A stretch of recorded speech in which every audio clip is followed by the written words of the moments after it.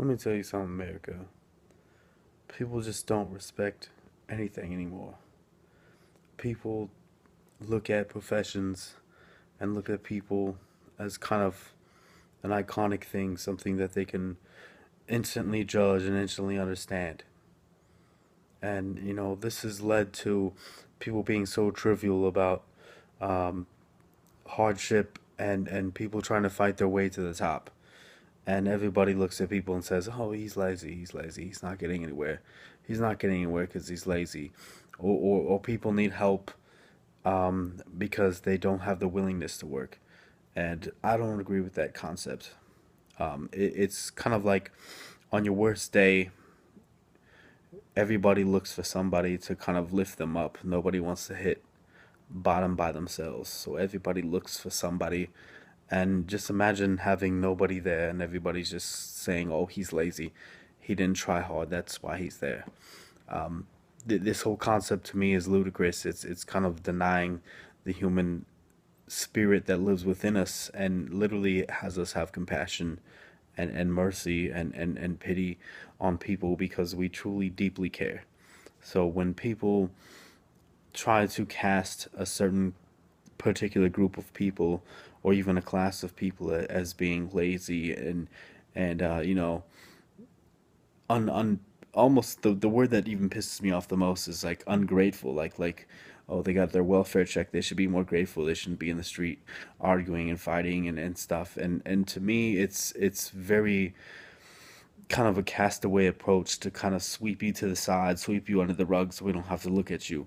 And I find this very offensive, and people really need to get off this kind of thinking because every human being has so much value in them. And if you look at the arts, people came from nothing and created the most beautiful things. And for somebody to say, "Oh, because you're not a banker, because you're not in an investment, entrepreneur where you invest in other people's businesses, you have money, yeah, you're giving money to creative people, but it's the creativity that is so valued."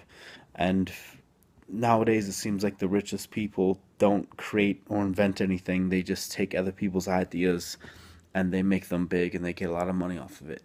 So, this whole idea of, oh, they don't work hard, they don't do anything. It kind of bothers me a lot. And I see people that do really truly nothing except maybe move money from point A to point B, and they're so admired, and everybody looks at them and says, "Oh my God, they're such a great person. Look how much money they made. We should idolize them."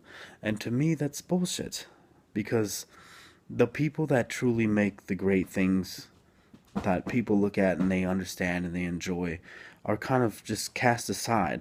And you have, yeah, your actors and your top pop musicians, but they're all puppets. They're all people that no longer have their own creativity. They sign that away, they let somebody else write everything for them, and they just kind of act along with it.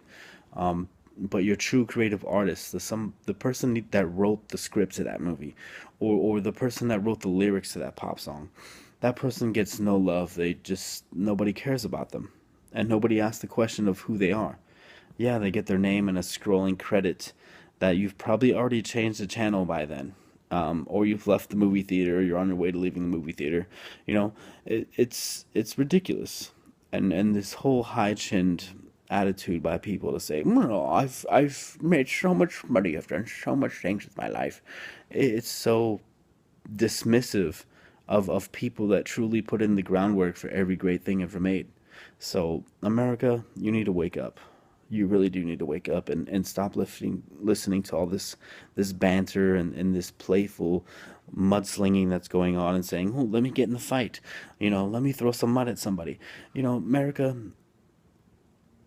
right now you need to understand that this country was founded on greatness and great people and people doing great things and not people boasting about how much money they had.